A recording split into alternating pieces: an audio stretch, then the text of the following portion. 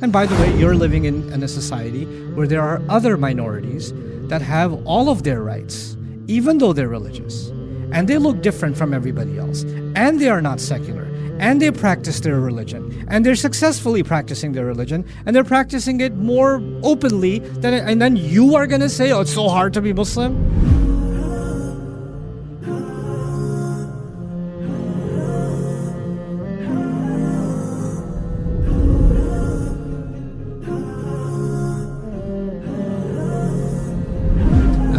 Is there a way, in your opinion, to become a better Muslim in a secular circumstances or context, and would it make sense to try? What is a secular context? Is this a secular context? Are you living in a secular country? Yeah. So is it hard? Is it really hard to be Muslim? It's really difficult? No, it's not. You're praying, you're dressed, not in disobedience to Allah. Are you not allowed to eat halal food? You're not allowed. You're not allowed to get married. You're not allowed to read the Qur'an. Is your access to obeying Allah just blocked? No? Oh, there's some pressure on you to join the Christmas party? That's what's so difficult? Like when people come to me and say, it's so hard to be Muslim in the West. I'm like, really? Really? You actually believe it's hard? It's just, maybe you don't know what hard means. Like, people actually have a hard life, and there are people that there are Muslims I know, if they accepted Islam, if their family finds out that they accepted Islam, they will be killed. They will be killed. Their house could get burnt down because they live around religious extremists from another religion. That's hard, right? Yeah, so people don't like your religion, or some people look at you, in ugly ways, or some people discriminate against you. Okay, small price to pay for the most beautiful truth. Why are you describing that as hard? How weak do we have to be to consider some social pressure? Oh, it's too hard, right?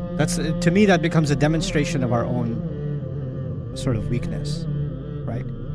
And there are, somebody asked a really deep question. There was a sister who was doing a PhD program, and at the university, of course, they have professors and they're celebrating LGBT, and there's all this stuff, and then there's alcohol whenever somebody presents a paper or defends a thesis, there's a party, and then they're serving alcohol and all of that, and you have to be a part of it. And if you don't they always look at you like, what's your reaction? And because otherwise they may not allow you to pursue your degree, or they may find other ways to block you, etc., etc. Yeah, they might. And you might have to suffer through all of that and grind your teeth. But you need to start developing a much stronger mindset. And you know what that much stronger mindset is?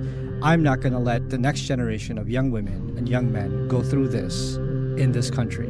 I'm not going to let that happen. And how will you not let that happen? If you don't become people that hold positions of power and influence in a society, then you will always be on the outside, and nobody cares about what offends you. They only care about what offends the powerful, right? So if you're not concerned with whatever education you're getting, if our concern still remains, I'm going to get an education, then I'm going to get a job, and then I'm going to get married, that's my concern, then you know what? Generations from now, we're just going to end up losing in your lineage, in your community, Islam may not remain. Islam may move to some other ethnicity. If you want Islam to become something that remains for generations, whatever you have to promise yourself, whatever challenge you have to face that makes holding on to your Islam difficult, you are doing everything collectively within your power to make sure the next 10 years from now, this is not a problem that's repeated. The next wave, they're not going to have this problem. They might have a new problem, they won't have this one, right? And you may not be able to solve that in one day or 1 year, but you need to start coming together and doing something about these things. You need to learn the language of power. Muslims don't understand the legal system, for example. Forget the economic system. We don't understand the legal system. All these countries where there's so many exhaustive laws about discrimination. Are there laws about discrimination? Yes or no? Okay, laws about religious discrimination, laws about ethnic discrimination, laws about equal treatment at the workplace, equal opportunity at the education fields. But even though the laws are in place, does actual discrimination happen at the university, at the hospital, at the office? Does it happen? Yes. But we sit there and complain about it while we're eating our halal chicken, and having our shai after Taraweeh, instead of banding together and saying, you know what, we're going to pursue legal action against this one university. We're going to get 30, 40, 50 students together and say, hey, we have documented evidence of this discrimination and we are not going to accept it. And here's our evidence, and you take it to court. And once you take it to court, now you're speaking the language of power. Because that's the only language people understand. They don't understand the language of you crying in a corner. They don't understand the language of you, being offended because your existence offends them, right? But there's another language they do speak. Oh, they speak it really well. Anything that will cost them reputation, anything that will cost them money, anything that will cost them their image as a liberal university that's all accepting and all whatever. Now you've got yourself a different ball game altogether. This is a different scenario altogether. And if the Muslims that have graduated from law school, the Muslims that are in the PhD programs, you guys need to have your own communities. Masjid is nice. It's a community, and there's a mom, and there's an engineer, and there's a doctor or whatever. But doctors should have a doctor community. Engineers should have an engineer community. There should be a working professionals community. There should be a higher education students community, where you guys can exchange ideas, thoughts, concerns, converge. You can go to the business leaders of this community and say, hey, we have this problem at the university. All you businesses, help us hire a lawyer so that your kids don't have to face this tomorrow, because you're running these businesses and your kids are going to go to those universities. So let us help you create a better future for your kids. This is how community should build. But we are so focused. We have been, I'm not complaining. We have been so focused as individuals. We don't think in the sense of community. We don't think like that. Our idea of community is build a masjid and make sure you have a good wudu area and a shoe area and we're done. No, that was just the start of our community. That's not the end point. That's the starting point. And after that, you have to develop these things. And then, okay, now, and if you're not doing any of that, then don't tell me life is hard.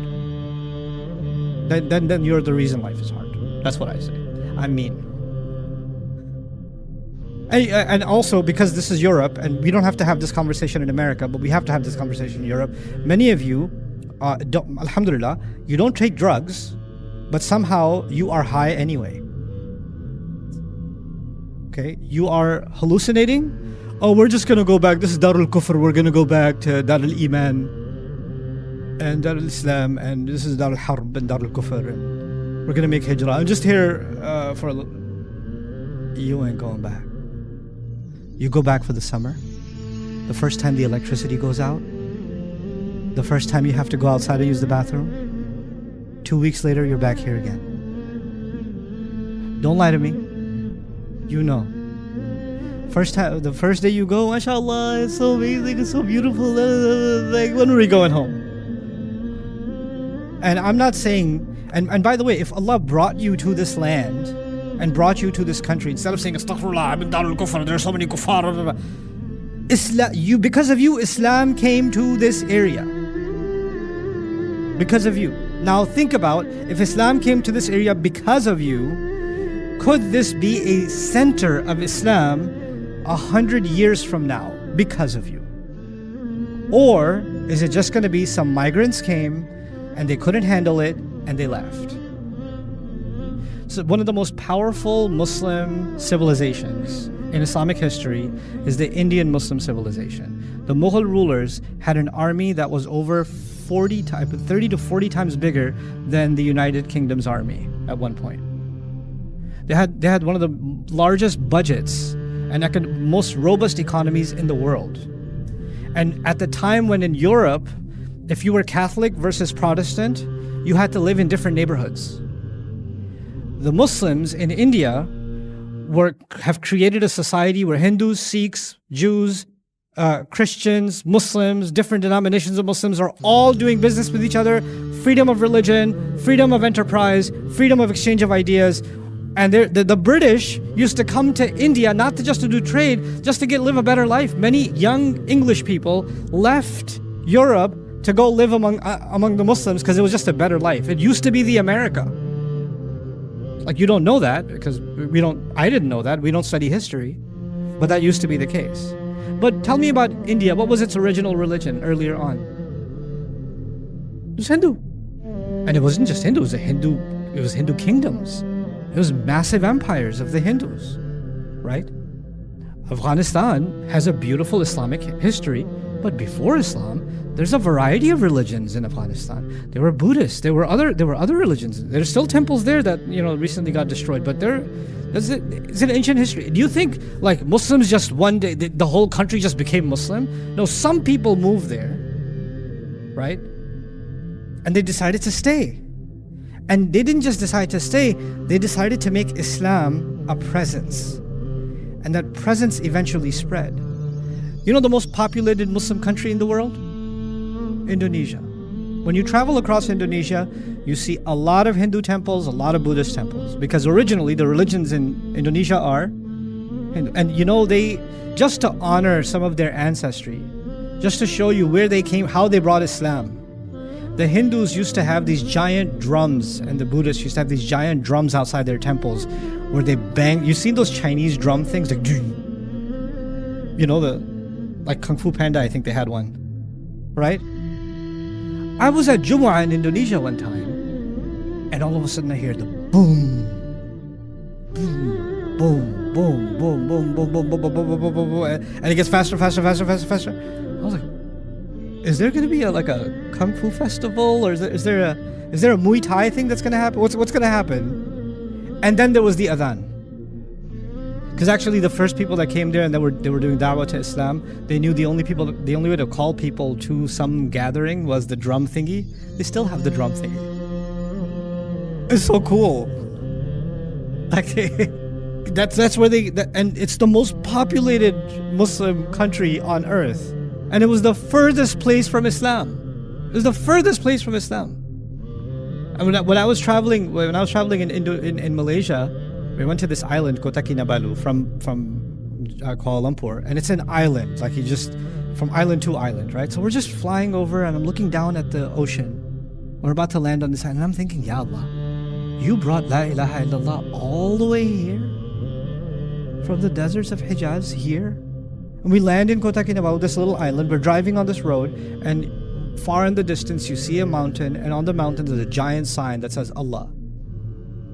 Oh, what is happening? I thought it'd say Hollywood, but it says Allah. And we stop at a little shop to eat, like those things that have the tin roof, right? The open shack type things, right? So we go there, we're eating food, and there was a brother, a father. He had like 4 kids, and they're all reciting a surah together, right? So I just sat next to them, just listening to these kids recite Qur'an. It was so beautiful. So he turns to me, he says, هل أنتم مسلمون؟ I said, نعم نحن مسلمون. أنتم زوار؟ نعم نحن زوار. من أين جئتم؟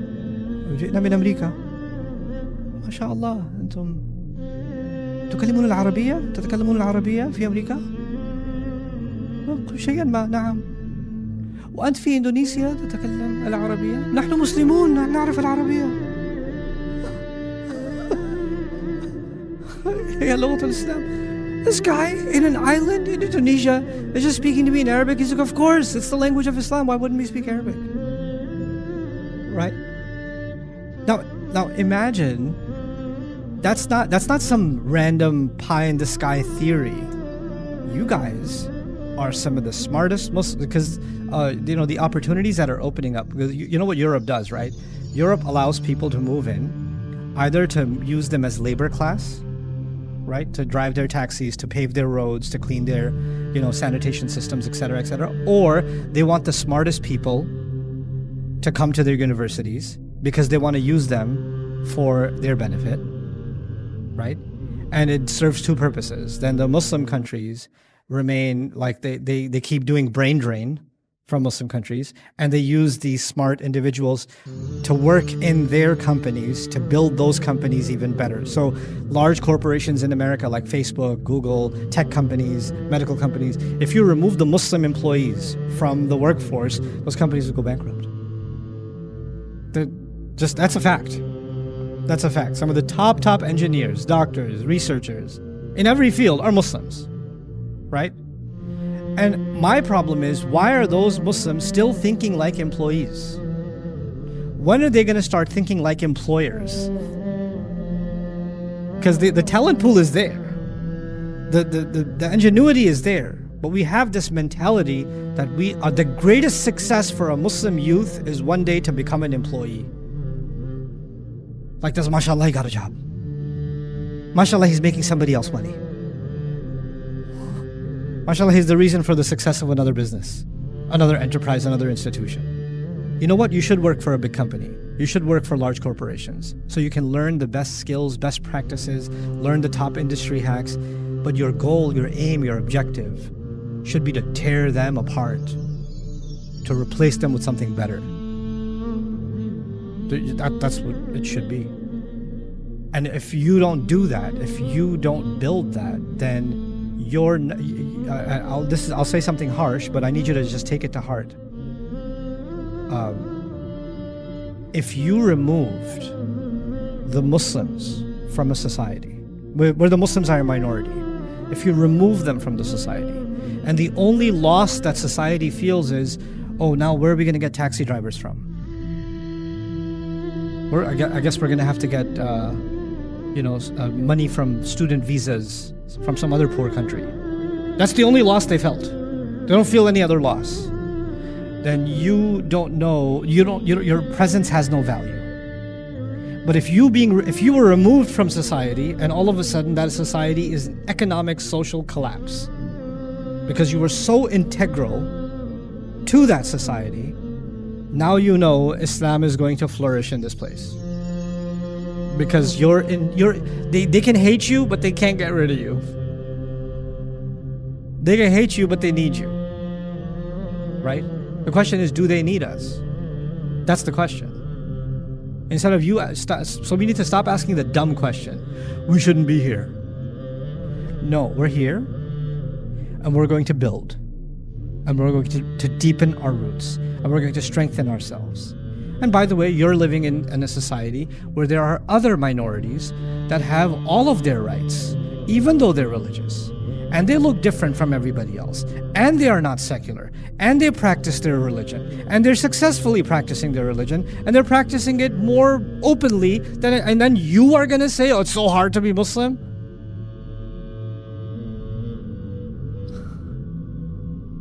Learn some lessons.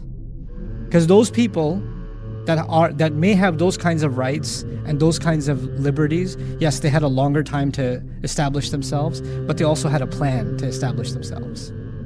Because when they started out, they were being treated like dogs also. That's just the fact. Just study history.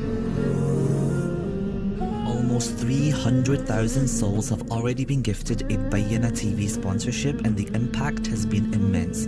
But over 50,000 eager students who can't afford it are still waiting to begin their journey. You can help. Visit Bayyinah. Salah will protect you and protect me from the terrible, disastrous qualities I have inside of myself. It'll save me from myself. Other places in the Qur'an, Allah describes وَمَن يُوقَ شُحَّ نَفْسِهِ فَأُولَٰئِكَ هُمُ الْمُفْلِحُونَ. Whoever was saved, protected from the greed of their own selves. Meaning, forget me being saved from the devil or me being saved from the enemy. Allah is also interested in me being saved from who? Myself. I gotta save myself from myself.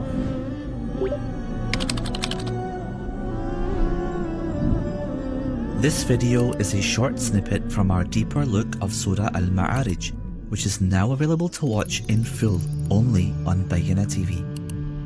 Learn about this surah and many others in the deeper look section of the app. Salah has a couple of meanings, but Salah in Arabic is used Salah al-Asam. Salah al-Asam. So when you put there's a stick that you got, like a thick branch or a thick stick, and you carved it and you want to make it into a staff. You know those long things that you beat animals with? Or beat bushes with, etc., like Musa alayhi salam's staff. But it's a little bent because it came from a tree, so it's a little bit bent. So what they had this technique where they could put it on a fire and they could soften it. It's not going to set on fire, but they could soften it and they could straighten it out. And that process of putting the stick in the fire so it can straighten out, so it can soften a little bit, so you can mold it, that was called tasliya and salah. So Salla al-nar or Salla al-asa was to straighten out that. And then this was used for even minting coins or, molding anything to a shape. And this is the same word Allah used for prayer. By the way, this word in its etymology is also used for being thrown in Jahannam. فَالتَّصْلِيَةُ جَحِيمٌ. From the same origin. ثُمَّ الْجَحِيمَ صَلُّوهُ. This is صَلُّوا صَلَاةً, right? And then, on the other hand, you have, like for example, إِنَّ اللَّهَ وَمَلَائِكَتَهُ يُصَلُّونَ عَلَى النَّبِيِّ. يُصَلُّونَ. And then in Jahim also sallu. So what's the connection? The connection is it's supposed to be that we experience contamination throughout the day, and then we stand in front of Allah, and it's as if we're going through a similar process that stick goes through. We're being molded into Allah's obedience. And it's actually quite beautiful that our body bends in two ways when we make salah. It literally, Allah makes us mold our body in salah. And it's actually a modeling, a representation of the molding of our character in salah. That's what salah is supposed to be. It's supposed to soften us on the inside. And what fire also does is it burns off the impurities. So between Dhuhr and Asr, I looked at certain things, I said certain things, I experienced some heedlessness in my life. I got a little dirt on me, I got a little contamination on me, and I stand in salah and all of that burns off. It cleanses off. I get a detox, a spiritual detox. This is illa al-musalli. And by the way, salah, as I was saying before, is something that has to be continuous, and it's coming, الَّذِينَ هُمْ عَلَى صَلَاتِهِمْ دَائِمُونَ, because the contamination is continuous. Which means the cleansing has to be continuous. You have to keep on going back and back and back. And so Allah says, the only people that can overcome this human tendency of halur, jazur, and manur are people that can become regular in their prayer. Illa al-musallin. So I already talked to you about how this is a synonym for Muslim. And in fact, even people that are being thrown in hellfire, a couple of surahs later, in Surah Al-Muddathir, they're going to look back and they're not going to say, oh, we weren't believers. They're going to say, قَالُوا لَمْ نَكُ مِنَ الْمُصَلِّينَ. We weren't people who prayed. Like they identified that was the real problem. We didn't stand in front of Allah. May Allah never make us lazy with our prayers. How is the salah itself a remedy from a lack of restraint, cowardice, and greed? Or halur, basically, right? How is salah protecting us from that? This is scheduled restraint throughout the day. First of all, no matter what you're doing, you stop and you go pray. It doesn't matter how greedy you were to make that sale. It's Jum'ah time, you went. You left it. It's salah itself is teaching you everything can stop when it comes to Allah. Everything can stop. And even in salah, you restrain your eyes. Well, at least most people do. You restrain your limbs, you restrain your body, you restrain your tongue. You're not saying whatever you want to say, right? And so it's teaching you to control yourself, control your time, control your body, mold it. And then the movements, and then the mimicking standing before Allah on Judgment Day. This is important because when we stand in salah, we're having a conversation with Allah, and Allah is having a conversation with us. Because the word of Allah is Allah speaking to us. And our dua is us speaking to Allah, which is what's happening in the Fatiha. The first part of the Fatiha, Allah is speaking to us. And the last part of the Fatiha, we are speaking to Allah, which is exactly what's going to happen on Judgment Day. On Judgment Day, Allah will speak to the believer, and the believer will speak to Allah. Rabbana atmim lana nurana waghfir lana. Right? We're going to have a conversation with Allah. So we're actually rehearsing our standing in front of Allah on Judgment Day multiple times. And by the way, if you're standing in front of Allah on Judgment Day, just visualize this for yourself. When we're standing in front of Allah on Judgment Day, are you going to be afraid of anyone else? No. Part of the meaning of halua is cowardly. When you develop salah, you develop a reinforced concept of fearing only and only Allah, and then other people and other consequences become less scary. You're not scared because you developed what is truly worthy of fear, and in face of that, the other things don't seem that important. Then, when you're standing in front of Allah, and if it mimics Judgment Day is the ultimate problem. And that's why, when you experience any shar in this life, you're not falling apart. Because you have a broader perspective. Every time you stand in salah, your horizon expands.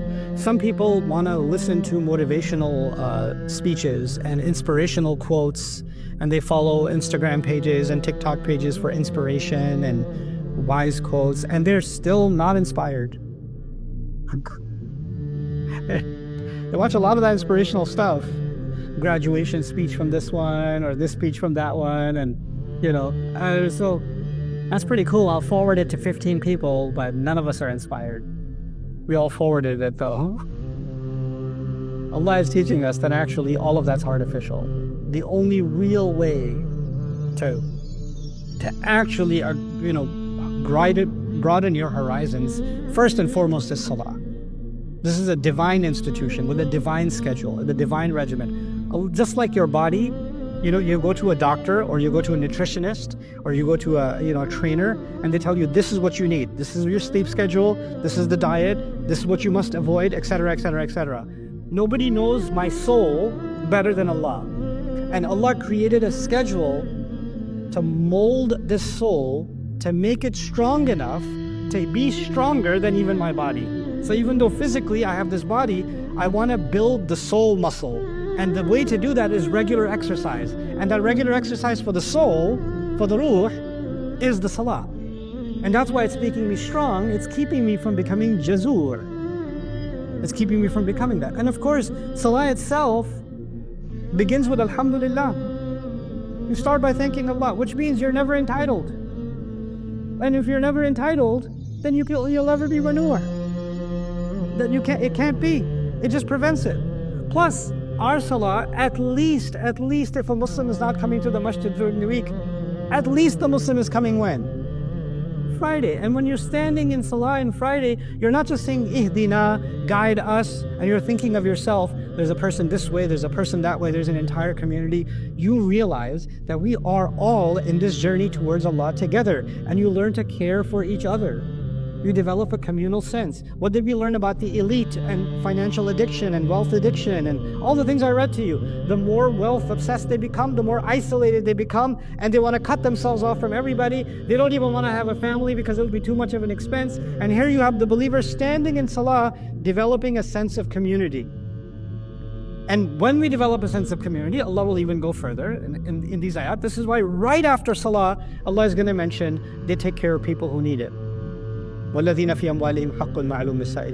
coming right after. It's just directly connected to this institution that Allah gave us. Just one comment about da'imun. The word daimuma in Arabic is used for flat land. There's no mountain on it, there's no road on it, there's no puddle on it, nothing. It's completely, perfectly flat land. And al-ma'u da'im, this is really cool. Al-ma'u da'im is actually ar-rakid, as-sakid. You know when water has ripples in it? But if you have water that's so still, you didn't even know it's water until you stepped in it. That water that's so crystal clear that it's completely transparent, it doesn't even look like water, that's called al-ma' ad-da'im. And from it, basically, I'll juice all of the commentary that's there on this ayah. It boils down to two concepts. One concept is those who are, the meaning of this is those, especially when it comes to their prayers, they are constant. وَالَّذِينَ هُمْ عَلَى صَلَاتِهِمْ da'imun. And the nominal, the ism form was used here to say, hey, they never break this rule. They're always on top of their prayer. So of course it's the mandatory prayers. It's the 5 prayers that is being talked about. That's even the opinion of Ibn Abbas and others, right? But secondly, it's not just saying they pray and every time they pray, they're constant. This is something that doesn't change. The meeting can change. The courses they're going to take in college, they won't take this course because it conflicts with Maghrib time, or they'll have a conversation with the professor. I need to leave the room and I need to go pray. Is that okay with you? Because I'm going to do that every single time until Maghrib time changes, until daylight savings or whatever else savings, right? So this cannot move. This has to be where it is. And if I'm in the middle of a meeting and it's prayer time, I'm letting you know ahead of time, I'm going to stop attending the meeting and I'm going to go to my prayer, right? So there's this, they're constant in their prayer. But the other meaning of da'im is also they're still in their prayer, like the water. They're calm in their prayer. They're not disturbed in their prayer. They're relaxed in their prayer. They're motionless in their prayer. They're not standing in prayer.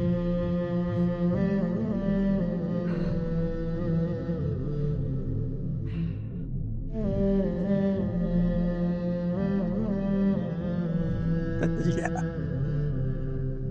And then they start looking at their feet and start feeling their toes. How come when I move this one, the other one moves automatically?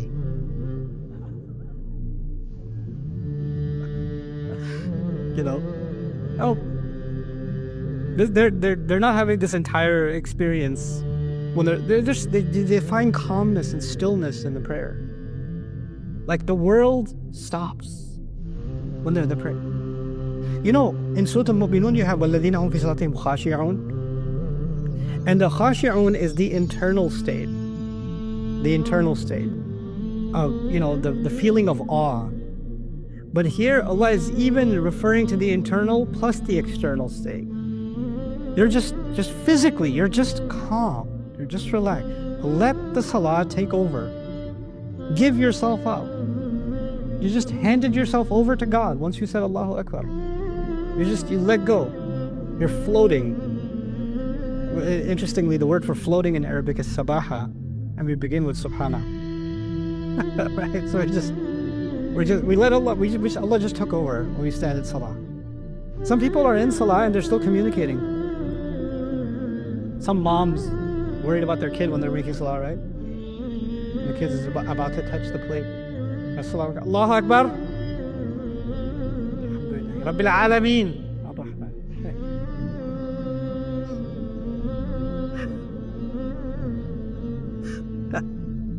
It doesn't sound very Rahman Rahim when you say it like that. But this is the first thing Allah says. Look, by the way, you know, it's such a cool thing to say, especially after Allah described human beings can get very agitated and jittery and disturbed, jazur. And Allah says, and in their salah they are what? Just still and calm and constant and stable. And when you can do that, you know what that does? It starts having an impact on your personality. It starts having an impact on how you deal with things outside.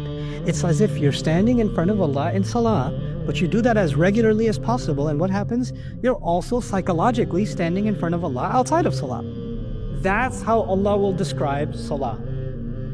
That's how Allah will describe salah. Allah will describe salah as, look, you have something inside you that is enough to destroy you morally in this life and definitely in punishment of the hellfire in the next life. It's that bad.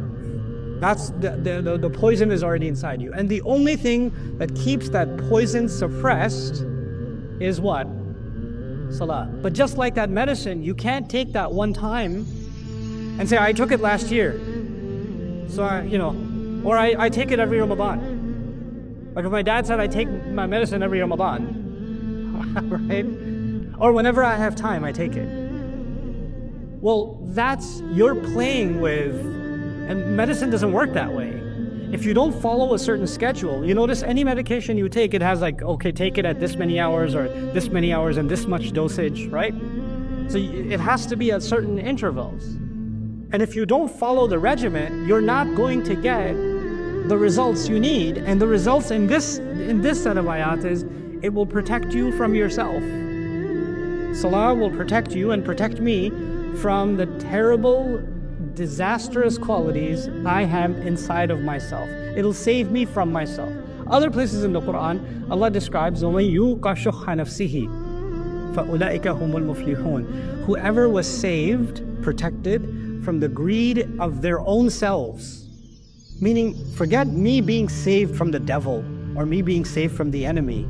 Allah is also interested in me being saved from who?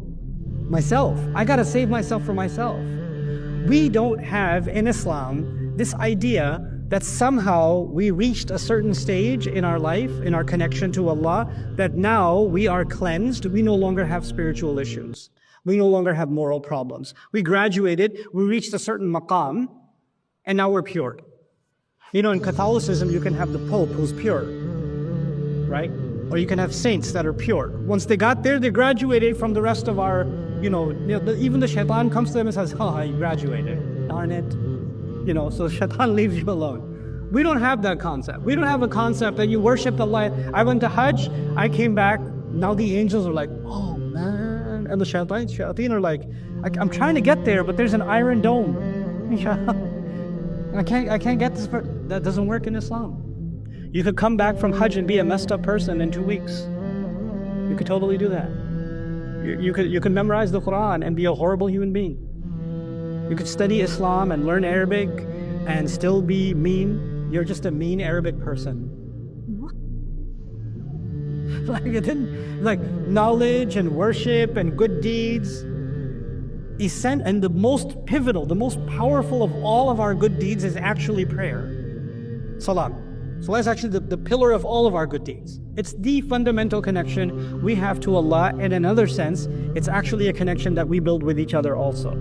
Right? So that's highlighted. Because we make salah individually and we also make salah collectively. And we make salah collectively, we stand in one row. So we remind each other that we're all in the same boat. And we all have to worship Allah together. And we all, and once you finish making salah, there are things in the Qur'an, there are statements in the Qur'an about recognizing the difficulty on someone's face. Right? So when the congregation gets together, they pray together, they see someone in distress, they're not putting a poster up, please give me $5 for lunch, like a homeless person does on the street. تَعْرِفُهُمْ بِسِيمَاهُمْ. You're going to recognize them by their faces. So our fundamental relationship with each other and with Allah is actually instituted through salah. There's no surprise. That's why we see وَأَقِيمُوا الصَّلَاةَ وَآتُوا الزَّكَاةَ. If you're really doing iqamatul salah, you would know who needs zakah. Because if you're coming for Salatul Jum'ah, for example, and everybody's together, and you see this lady who's taking care of her kids, and you're about to leave for Jum'ah, and she's walking in the heat with her kids home, and you're like, you don't have a car? Do you need a ride? And you find out the husband died, you find out something happened with the family, you find out, they hit bankruptcy or whatever else. They weren't going to advertise, and they're not going to be on some humanitarian need website. They're not going to start a GoFundMe page. But the only reason you found out about them is you did what? Aqimus Salah. So Aqimus Salah actually opens the doors for Atul Zakah. They're connected to each other, right?